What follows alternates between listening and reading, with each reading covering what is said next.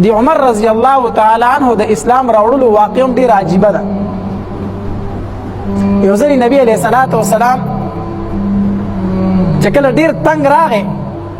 د کافرو د تکلیفونو نه، نو الله تعالی سوچت کړو اللهم ايد الاسلام باحد العمرين، الله دا اسلام مضبوط کا په یو د دوه عمرینو سره. الله په دې دوه عمرینو کې یو مسلمان کې چې اسلام په مضبوط شي، ځکه دا په مکه مکرمه کې دوه زورور سړي وو، یو عمر بن هشام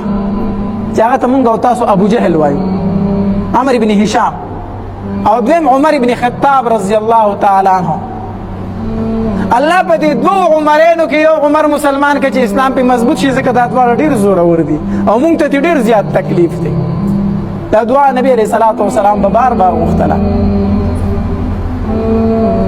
نو مکې مکرمې مشرکین راټول شو دارالندوې ته، د دوی د جرګو چې کوم ځای و، په هغې کې دا مشوره کېده چې د دې پیغمبر سره آخر څه وکړو، زره به موږ څنګه خلاصېږو. دا مشوره پکې کېدله. په دې کې ابو جهل هم ناست دی او د عمر رضی الله تعالی عنه پکې هم ناست دی. د عمر رضی الله تعالی عنه فاسد او دا توره راویسته یو کړس یې بله ورکړو. مړی څه مسله خو راښ کړې د دې پیغمبر نه، یو تن دی ټولې په لړزان کړي یې، زم چې اوس یې له سر راوړم چې دا خبره واره کړم چې کیسه له خلاصه کړم. ابو جهل ورته وی عمره کو دا کار دی وکړو نو سلو خان درله په انعام کې دي. څو خانو؟ سلو خان درله په انعام کې دي، کو دا کار دی وکړو. وی یقیني؟ وی او وی اوس یې تماشا کوه چې سر یې له پښتو کې ورته وکړم. دارالندوې نه په سخته غوسه کې ووت، را روان دی به نبی علیہ الصلوۃ والسلام پسې، د هغې په مرګ پسې را روان دی. په لاره کې ور یو صحابي مخې له ورغی، سعد رضی الله تعالی عنہ. وی عمره خیر خو دی ولې ډېر وارخطا رواني په غوسه کې، چېرته روانې؟ د نبی علیہ الصلوۃ والسلام دا نوم مبارک ډېر په بدو الفاظو واغستو. وی زم په هغه پسې چې دا سر تېنه قلم کم چې دا خلک تېنه وزګار کم. سعد رضی الله تعالی عنہ ته وویلو وی عمره دا نشي کولی، دا نشي کولی. ته ولې نشم کولی؟ بس نشي کولی، هغه ته نږدې کېدی هم نشي. نو وی ښه وی ګورې چې تم صحابي شوی دغه ملګری شوی کو، تم بېدینه شوی، خپل د پلار نیکه دین دې پرېښی دغه ملګری شوی کو. سعد رضی الله تعالی عنہ ته وفرمایل وی او زم دغه ملګری د دې ځای نه ته زما نه قدم هم نشې اړولی په هغه پسې. عمر رضی الله تعالی عنہ پې توره راویسته، وی چې ړومبی ستا کار تمام کم نو وروستو به په هغه پسې ځم. چې د پې توره واړوله، سعد رضی الله تعالی هم تورې ته لاس کو. قریبه دا وه چې په یو بلې ګزارونه کړی وې، خو د سعد رضی الله تعالی عنه د خولې نه یو خبره ووته، وی عمره ما او زما محبوب صلی الله علیه وسلم پرېږده، خو د خپل کور فکر دې وکړه. پیغور یې ورکړو، د خپل کور فکر دې وکړه، ستا هغه اوښې او غوښور خو دې مسلمان شوي دي، ته چې د کمې هستۍ د مرګ دپاره روانې په هغې باندې ستا خور ایمان راوړی دی. دا دې راته څه وي او که نه؟ وی عمر او د هغه کور ته اسلام راغلی دی، زه مجړومبی خو د خپلې خور نه سر قلم کړم. په سخته غوسه باندې روان دی، د خور کور له ورغی او چې ورغی ورته دیکه ورکړه، ور د هغې طرفه کلکو، چې ور کلکو د ور سره غوږ کېښودو، نو هغې له د هغې استاذ راغلی و او قرآن یې ورته ښودو. د عمر رضی الله خور چې کوم دا وښی چې کوم دی، یو صحابي دی استاذ دی، هغه راغلی دوی ته قرآن ښایي.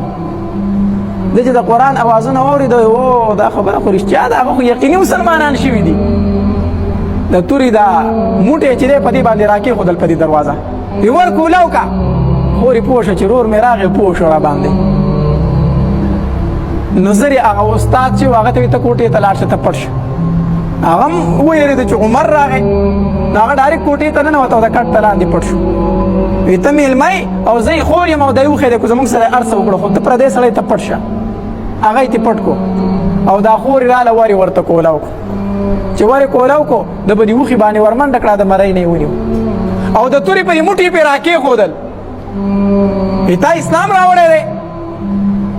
چې کله په هغې ګزارونه شروع کړو، نو دا خور یې منځ له راله دا خاوند او دا رور یې خلاصول، چې د دوی په منځ کې خلاصونو کې چې کله خلاصون یې کوو، د عمر رضی الله تعالی عنه چې څپېړه واړوله او په دومره زور سره د خور دې مخ را واچوله چې د هغې د مخ نه د وینو دارې شروع کړي. عمر رضی الله الله ډېر لوی طاقت ورکړی، ډېر زورور طاقت یې، چې سپېړه یې تاو کړه د خور د مخې پې وو نو د خور د مخ د دې ګوتو سره وشلېدو او د وینو دارې ووالې او د عمر رضی الله تعالی عنه په دې مخ باندې دا دارې ولګېدې او په دې کپړو یې دا دارې ولګېدې چې خور یې دې وینو ته وکتل په ژړا شوه وی عمره یوه خبره واوره زما کو ته عمر ابن خطاب د خطاب زوی نو زه د خطاب لور یم ګورې زه دې خور یم زه بل څوک نه یم ته کو ځان ته زورور وایې چې زه د خطاب زوی یم نو زه د خطاب لور یم زه ستانه کمه نه یم هسې ځان مه ستړی کوه کو بدن مې وي ټوکړې ټوکړې کړي د اسلام نه واپس کېږم نه زم د خطاب لور یم هسې ځان مه ستړی کوه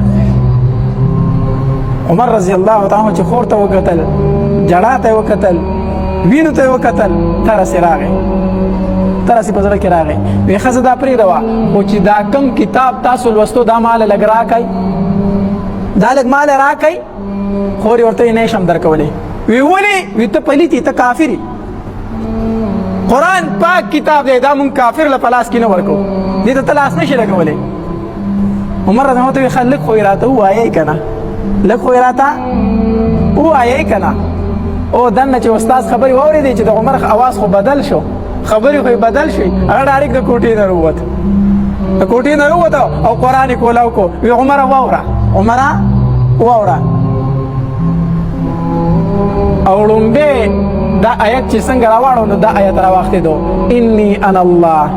فاعبدني واقم الصلاة لذکري ډایرکټ دا آیت زه الله یم زما بندګي وکئ او مون زما د یاد دپاره وکئ دا آیت چې واورېد عمر رضی الله تعالی عمر رضی الله تعالی فرمایل بی خوري زه غسل کومه دا قرآن مانه لږ په لاس کې راکړه زه یې لږ ښکل کړمه او په کومه خستۍ چې تا ایمان راوړی دی ما هغه بوځئ زه په ایمان راوړم عمر رضی الله تعالی غسل وکړو قرآن یې ښکل کړو او خور ته وایي ما نبي علیه السلام له بوځه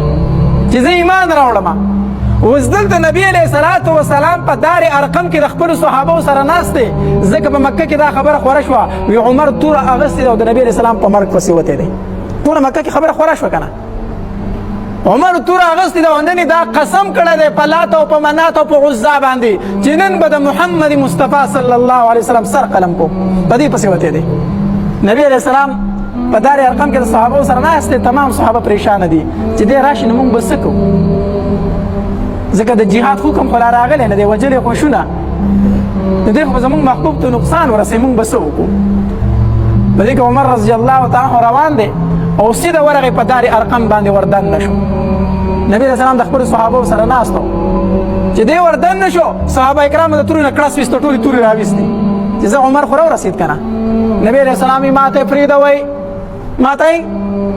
یو تن به نه خوځئ د خپل ځای نه نبی علیہ السلام ډیر زیات بہادر وخا صحابه کرام فرمایي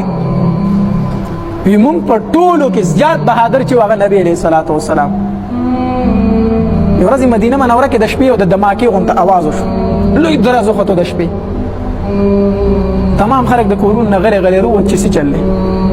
صحابه کرام فرمایي چې مونږ رڼاګانې لګولې او مونږ سوره معلومات کولو نبی علیه الصلاة والسلام په شاتوره اس باندې بغیر د اس نه راغی زمونږ په خوا کې ودرېدو د اس نه ښکته راکوشو ویده شئ ویده شئ ما د مدینې منورې نه ګیر چاپېره چکر ولګو هېڅ نشته مونږ چې د کورونو نه راوتو نبی علیه السلام شاتوره اس ته ختلی و بغیر د زین نه بربنډ اس ته ختلی و او مدینه منورې پې بیا ګیر چاپېره کتلې وه وی چې ویده شئ هېڅ نشته دی ما معلومات وکړو دومره نبی علیه السلام بهادر و نو نبی علیہ السلام فرمایل ویړک په نه وخی ما ته یې راپرېږدی زه پوه شه او دی پوه شه نبی علیہ الصلاة والسلام سیده ورغی او د عمر رضی الله تعالی د دې ګریوان نه ونیو وی عمره وایه په کوم غرض راغلی وایه په کوم غرض راغلی عمر رضی الله تعالی یو ځلې فرمایل وی قسم په الله چې نبی علیہ السلام زما دې ګریوان ته لاس کو که نه او زه یې داسې وړه کولم چې عمره په کوم غرض راغلی وی قسم په الله د سر د ویښتو نه واله تر خپو پورې رانه خولې وتې وي چې صرف زما د ګریوان ته یې لاس راواچو زما دا بدن د خولو لون شړپ شو هر ویښته مې نیغې نیغ ودرېدو دومره د نبی علیه السلام روب و عمر رضی الله تعالی عنه فرمایل وی د الله محبوبه کلمه راته وایه د الله محبوبه کلمه راته وایه چې عمر دا خبره وکړه وی ما ته کلمه وایه دلته صحابه کرامو د نری تکبیر اوازونه شروع کړو صحابه کرامو چغې شروع کړې الله عمر مسلمان شو عمر مسلمان شو دا توقع امید د چاو خو دلته نبی علیہ السلام دعا وغوښتې وه که نه الله اسلام مضبوط کی په یو د دوو عمرینو نه خواجه عمر رضی الله تعالی ایمان راوړو نبی علیہ الصلوۃ والسلام ته فرمایل وی د الله پیغمبره دا کوم دین چې تا مونږ ته راوړی دا کوم قرآن چې تا مونږ ته راوړی دا یقیني حق دی نبی علیہ السلام قسم په الله چې دا رښتینی دین دی بیا پټ په دې کوټه کې ولې ناست یې عمر ته فرمایي بیا پټ ولې ناست یې نبی علیہ الصلوۃ والسلام ته فرمایل ما ته د الله حکم لا نه دی شوی زه ښکاره تبلیغ نشم کولی ما ته د الله اجازت نه دی شوی عمر رضی الله تعالی عنہ ته لکړه ورکو عمر خو لاړو دی خو به وسیلام کوي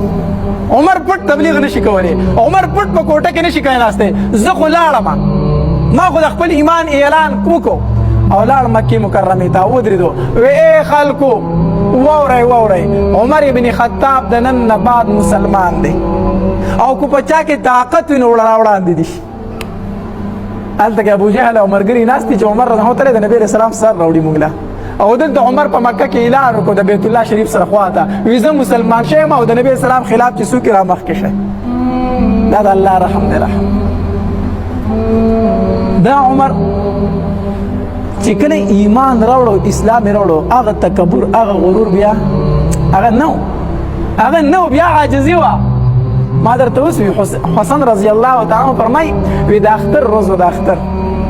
اختر ورځ وه او عمر رضی الله تعالی د کوره ووتو وی په کپړو کې ټاکې لګېدلې وي قسم په الله چې ما شمارلي د عمر په کپړو کې 12 ټانکې لګېدلې وي ځای په ځای کمیس لیدلی و هغې ته به یې ټوکې ګنډلی و 12 ځای کمیس ته ټانکې لګولې وي بیا د عمر رضی الله تعالی عنه سادګي وخه دا ولې دا یره راله د الله نه یره راله یا دا عمر رضی الله تعالی عنه په جماعت کې ناست دی داسې ځان له ناست فکر کو چې په جړا شو دا وخت کې په دې ګیره را روان شوې دا وخت کې په دې ګیره به دې صحابه کرامو ته راټول شو امیر المؤمنین ولې څه چلو شو ولې جاړي وی جاړم په دې باندې چې زه د مسلمانانو بادشاه یم او د قیامت ورځ به وي او الله تبارک وتعالی به د عمر د دې ګریوانه ونیسي او تپوس به دې کړي چې عمره د فرات په غاړه باندې یو سپی د تګې نه مړ شوی او بادشاهي ستا وه د فرات په غاړه باندې سپی د تګې نه مړ کېده او بادشاهي ستا وه تا هغه ته اوبه ولې نه وې رسولې زه به الله له څه جواب ورکوم زه به الله ته څه وایم زه به ځان څنګه خلاصوم دا عمر بیا